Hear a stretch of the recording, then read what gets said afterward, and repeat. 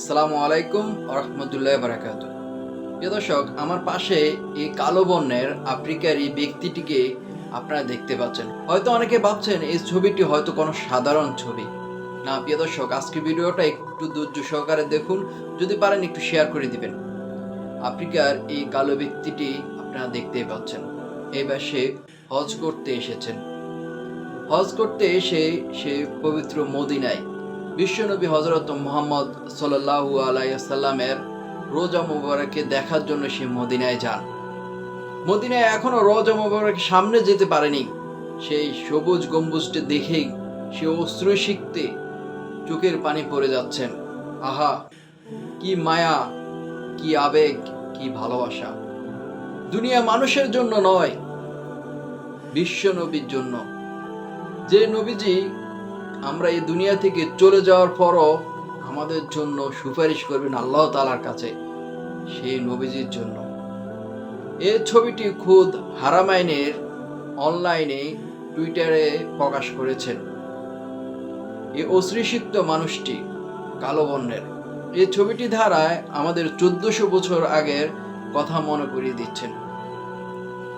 বেলাল রাদিয়াল্লাহু তাআলার কথা মনে করে দিচ্ছেন। কত ভালোবেসেছেন বিশ্বনবীকে, ইসলামকে। সেই কথাটাই, আমি এই কথাগুলো বলতে গেলে আমার শরীরে পশম দাঁড়িয়ে যাচ্ছে। আপনারা এখানে দেখতেই পাচ্ছেন কতটা ভালোবাসে নবীজিকে। সে অদূর আফ্রিকা থেকে এখানে এসেছেন, এবার হজ করবেন। এই যুবকটি হযরত মুহাম্মদ সাল্লাল্লাহু আলাইহি সাল্লামের রোজা মোবারক দেখেই সেই অশ্রুসিক্ত কান্নায় ভেঙে পড়েন, দেওয়ালের সাথে মাথা লাগিয়ে দেন। আহা, এই দুনিয়াতে আমরা বিভোর হয়ে আছি। আপনারা আজকে অন্তত এই ভিডিও থেকে একটু শিক্ষা গ্রহণ করুন। এই ছবিটির দিকে দেখুন, একটিবার নিয়ত করুন যে আল্লাহ তাআলা আমাদেরকে যেন আমাদের কলিজার নবী হযরত মুহাম্মদ সাল্লাল্লাহু আলাইহি সাল্লামের রোজা মোবারক একটু দেখার তৌফিক দান করুন। মক্কায় যাওয়ার জন্য, হারাম শরীফকে দেখার জন্য একটু তৌফিক দান করুন। আপনারা যেন হজ করতে পারেন, উমরা করতে পারি, সেটা তৌফিক দান করুন। এটা একটু নিয়ত করুন। দুনিয়াতে আমরা অনেকে অনেক কিছু করছি, ভোগ বিলাসা, ধন দৌলত সবকিছু, কিন্তু এইসব কিন্তু কোনো কিছুই আপনার কবরে যাবে না। যখন আপনি কবরে শুইবেন তখন কার ছবি দেখানো হবে জানেন? আপনার আপনজন কারো ছবি দেখানো হবে না। বিশ্বনবী হযরত মুহাম্মদ সাল্লাল্লাহু আলাইহি সাল্লামের ছবিটিয়ে দেখা হবে, ওই ছবিটিয়ে দেখাবে। আর এই ব্যক্তিটি কালো বর্ণের হলো, দেখুন আপনারা, সে অজরে কান্না করছে। বিশ্বনবী হযরত মুহাম্মদ সাল্লাল্লাহু আলাইহি সাল্লামের রোজা মোবারকটি শুধু জাস্ট একটু নয়ন ভরে দেখেই কান্নায় ভেঙে পড়েছেন।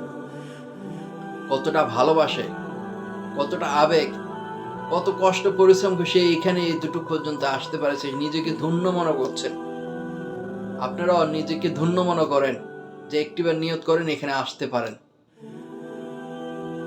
সবাইকে আল্লাহ তাআলা মক্কা মদিনায় আসার তৌফিক দান করুক। হ্যাঁ প্রিয় দর্শক, আমি যখন এই ছবিটি দেখি তখন আমার হৃদয়, মানে কি বলবো আপনাদেরকে, ভাষা প্রকাশ করতে পারছি না। এই ব্যক্তিটি অজয় দ্বারা সেটি খুদ হারামের অনলাইনে টুইটার করে এটা প্রকাশ করেছেন। হ্যাঁ প্রিয় দর্শক, আজকে ভিডিওটা যারা দেখছেন অন্তত ভিডিওটা শেয়ার করে দিন, যেন আপনার অন্য একটি ভাই এই কাহিনীটা শুনতে পারে, দেখতে পারে। এই যুবকটির দেশ হচ্ছে অনেক দূর, আফ্রিকা। কালো বর্ণের, কালো বর্ণের হলো সেই নবীজিকে, ওই যে আমাদের 1400 বছর আগে বেলাল রাদিয়াল্লাহু তাআলার কথা মনে করে দিচ্ছেন এই ছবিটি। এখন রওজা মোবারকটা দেখে সেই অঝোর কান্না ভেঙে পড়েছেন, দেওয়ালের সাথে মাথা লেগে দিয়েছেন।